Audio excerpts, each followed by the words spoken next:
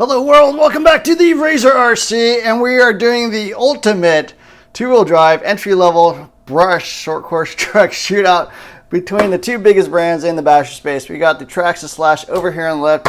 Those of you who've been living in the rock may not be aware what this is, but probably the most popular entry-level RC car you can buy. Retails for $200 here in the United States. We will have links in the description below where you can pick either of these things up. It does help support the channel if you want to do that. That's kind of the best way to do it. But over here on the right, we also have the Arrma Senton 4x2 Boost. Again, a $200 two-wheel drive brush short course truck. Just came out about, I don't know, 3-4 weeks ago. The Slash has been out for over 10 years, probably like 14 years or so, somewhere in the late 2000s. It first came out and kicked off the short course truck segment. Actually, before the Slash, there was no such thing as a short course truck, so they brought it out. It got super popular. People were racing these things, and nowadays almost everybody makes a short course truck, including Arrma. So we're going to be talking about these two vehicles and comparing them in 6 different categories as usual. We're going to be talking about the electronics, the design, the performance, the durability, the support and maintenance, and finally the value. And we're going to be picking a winner in each category and then picking an overall winner at the end, figuring out which is the best two-wheel drive short course truck. You can tell these are pretty much designed to compete head-to-head. Traxxas obviously came out with theirs first.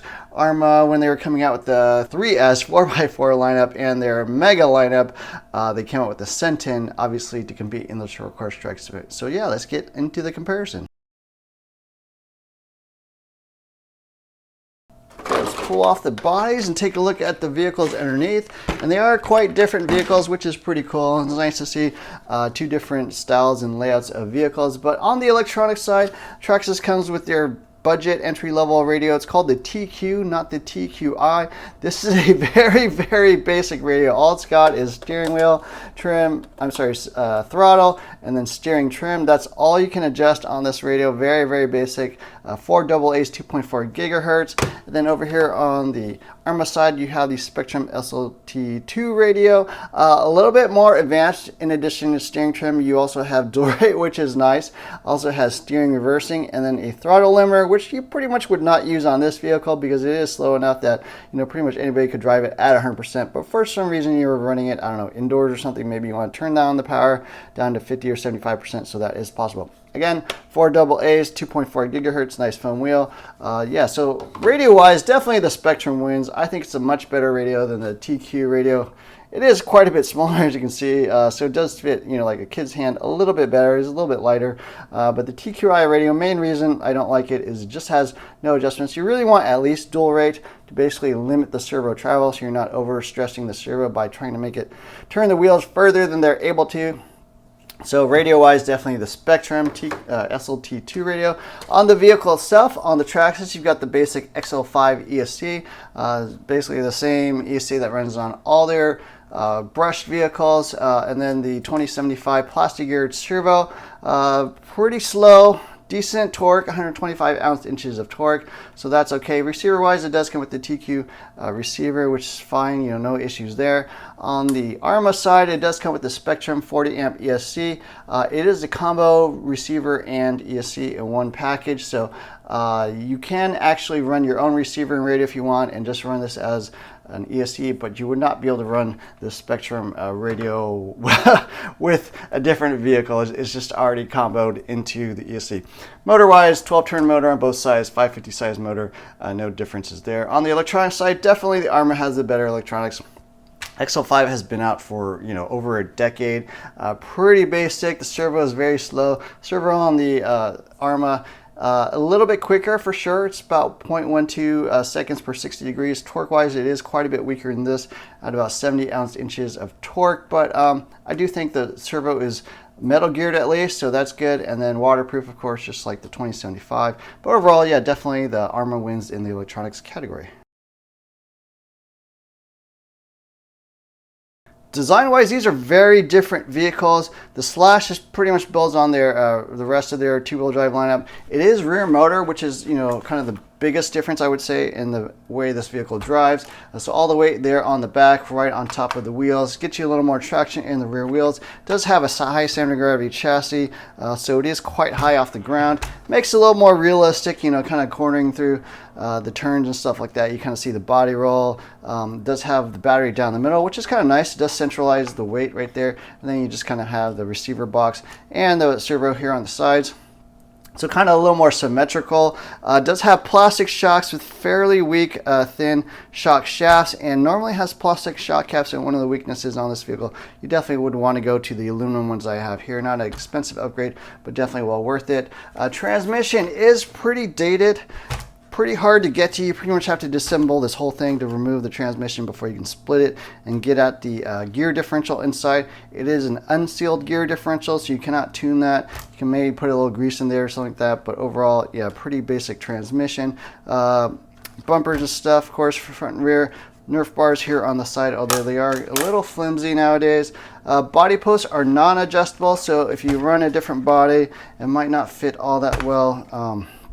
At least on the front, you'd have to like trim these, you know, body posts or something like that. The rear is slightly adjustable. You can raise and lower it, I think, you know, a few millimeters and stuff. But yeah, design-wise, pretty dated. It's pretty much based off their whole two-wheel drive lineup, which includes the Bandit, the Stampede two-wheel drive, and I'm not a big fan of it. Some of the other issues I don't like is that the wheels are different front and rear. So the front wheels actually are spaced out wider because the arms are shorter, and then the arms are longer in the rear, so the wheels are spaced out a little bit less. It does have adjustable turnbuckles, which is pretty nice. Adjustable servo saver or drag link here on the bottom. That's pretty nice. But overall, you know, kind of a basic design that's been around for over 20 years. The Arrma pretty much shares its platform with the 4x4 lineup, so it is the same as the 4x4 Mega, the BLX 3S 4x4. So again, plastic chassis. It is LCG, so it gets the weight down, quite a bit down lower, helps it handle a little bit better. It is mid-motor, so that is different than the Traxxas Slash. Mid-motor has all the weight kind of in the middle of the vehicle, not on the rear wheel, so it does cause a little bit of some traction issues, especially in dirt. Servo, ESC, and normally the receiver is in this receiver box all the way here in the front. Battery here on the other side to kind of balance out the weight.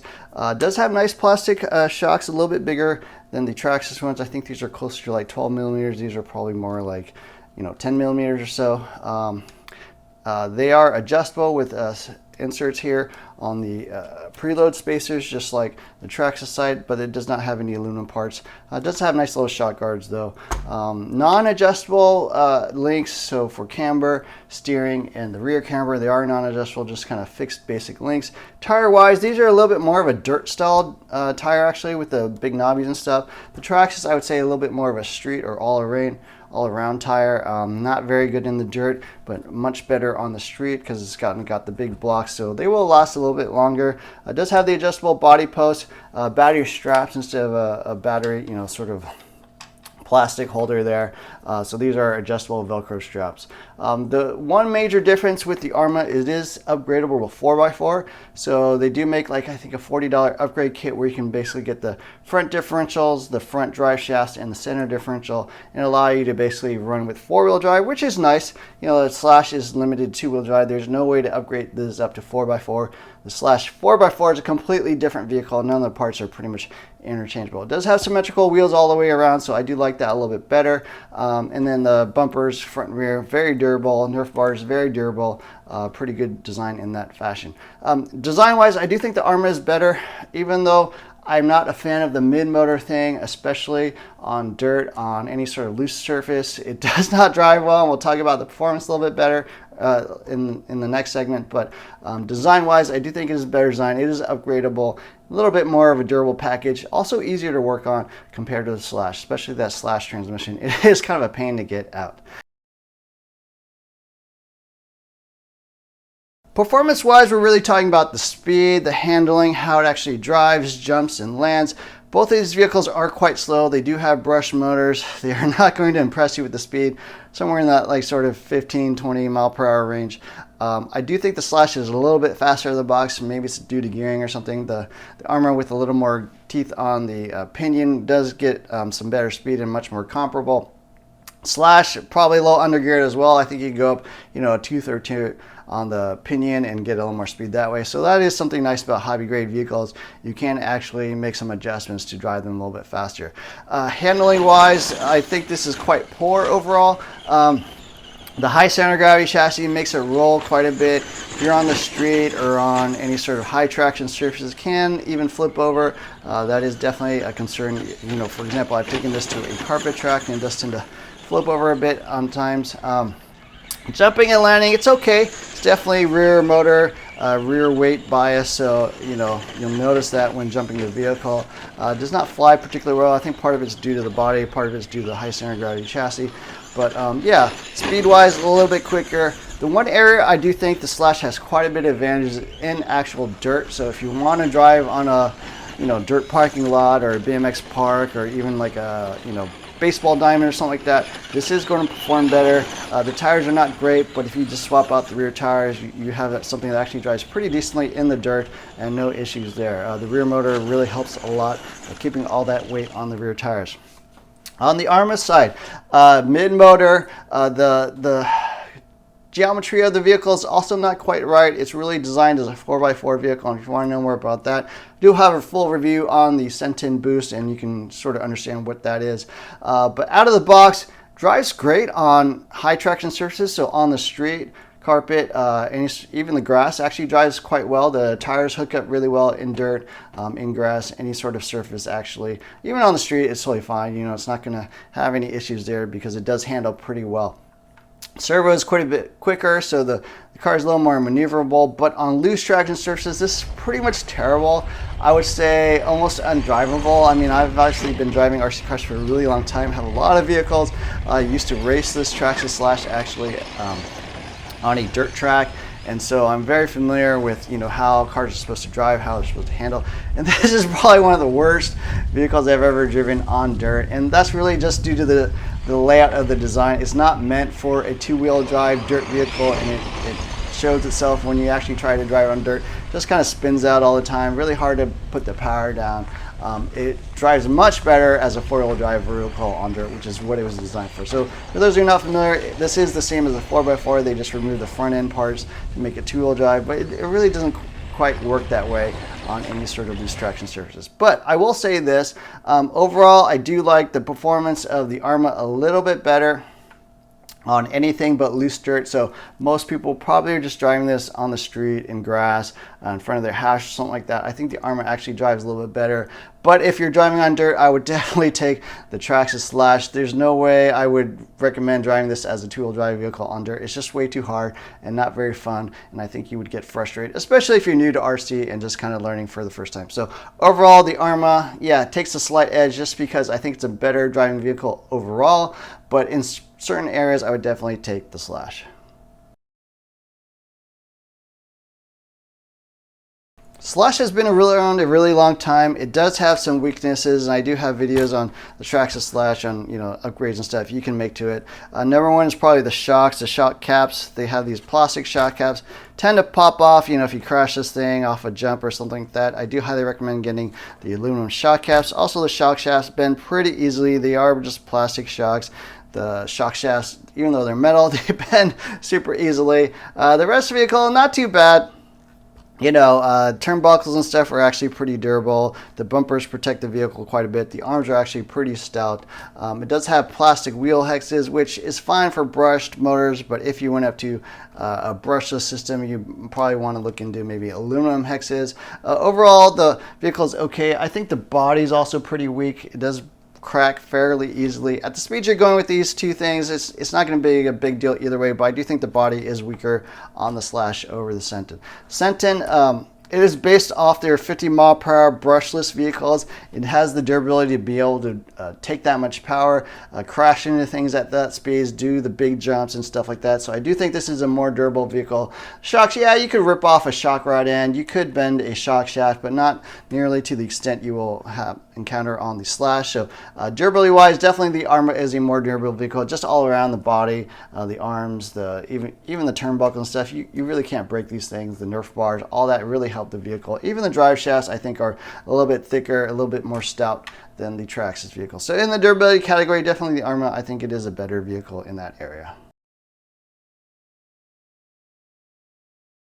Traxxas is pretty much the biggest basher brand out there in the market. It probably has something like 50% market share. I don't know the actual numbers, but just kind of based on sales I see at my local hobby shop, that does seem to be the case. Interest in this vehicle is always much higher than the Arrmas because it is a bigger brand, been around a lot longer, much more widespread, at least here in the United States. So support-wise, they're also, I think, better. Definitely if you go down to any sort of hobby shop that sells RC cars, they will always carry Traxxas parts. And this platform's been around for, like I said, maybe 15 years or so. So a lot of parts out there floating around. All the hobby shops are stacked with these parts. No issues getting anything. Warranty is really, really limited. I think it's 30 days just on the electronics. If you break something, don't expect Traxxas to warranty anything. They pretty much won't unless you kind of negotiate with them a bit. Maybe they'll help you out a little bit. They're not, I don't think, mean or negative in that area, but obviously if you break it, you got to buy it pretty much. On the Arrma side, Arrma's only been around maybe 12 years or so. This platform has been around maybe 4 or 5 years, so it has been around, and it is not hard to get parts. All these shocks, rod ends, the arms, the tires, everything are pretty easy to get parts, but not every hobby shop is going to carry every single part. On the Traxxas side, I do find that pretty much any hobby shop that carries Traxxas parts is going to have the full lineup of all the parts you typically break. Everyone knows what breaks on these vehicles.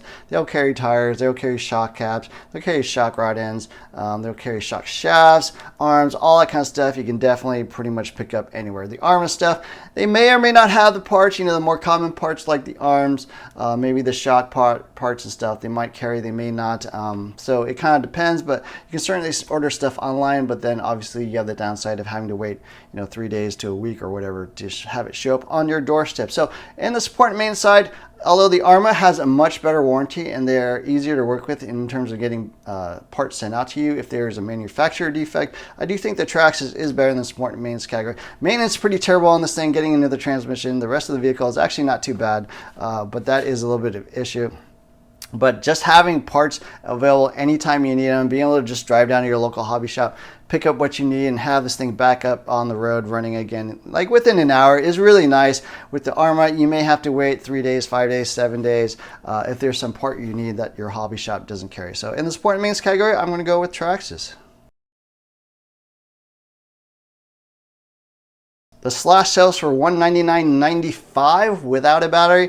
The Arrma Senton Boost sells for $199.99 without a battery, so a 4-cent premium. I think they both come in versions with a basic 7-cell nickel metal hydride battery and basic charger for about $40 more. So you can go with that option if you want, but I just have the basic ones without the battery, and I run my own batteries.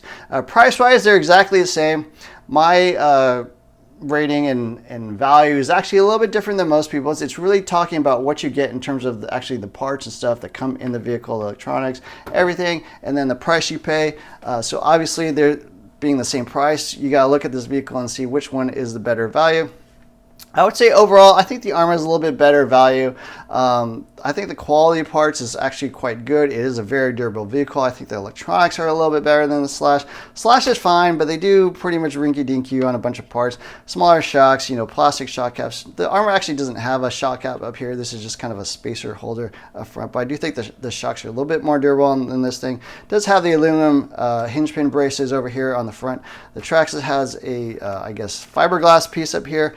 That works totally fine, not a big issue, but there are some other areas I think it's kind of cheap. It does have sort of like threaded hinge pins here, whereas the Arrma uses all basic threaded metric pieces all the way around with nuts and stuff like that. So just overall, I think the vehicle a little bit more cheaply made. Now, this is made in Taiwan, probably a little bit better manufacturing tolerances and stuff. In general, I would say Traxxas tends to have fewer issues out of the box when you're brand new vehicle, less manufacturing or assembly issues. Arrma, you can run into issues here and there. I had no problems with my Senton, but yeah, I would say overall Traxxas is generally a little bit better in quality. Radios, TQ radio, it's not a bad quality radio, it's just functionality wise it's kind of low, so I do think the spectrum is a little bit better. So overall in the Value category, I'm going to go with the Arrma. You get a little bit more value. It's not like a huge difference. There's not a whole ton in here. You still have 48 pitch spur gears. You still have a plastic motor mount just like the Traxxas. It does have steel differential in the transmission here in the back, so that's nice. You can actually do a little bit of tunability. But yeah, parts quality wise, pretty similar. Value wise, slightly better electronics, slightly better parts like the aluminum hinge pin braces. I think the adjustable Velcro battery straps a little bit better in some areas, so I'm going to go with the Arrma.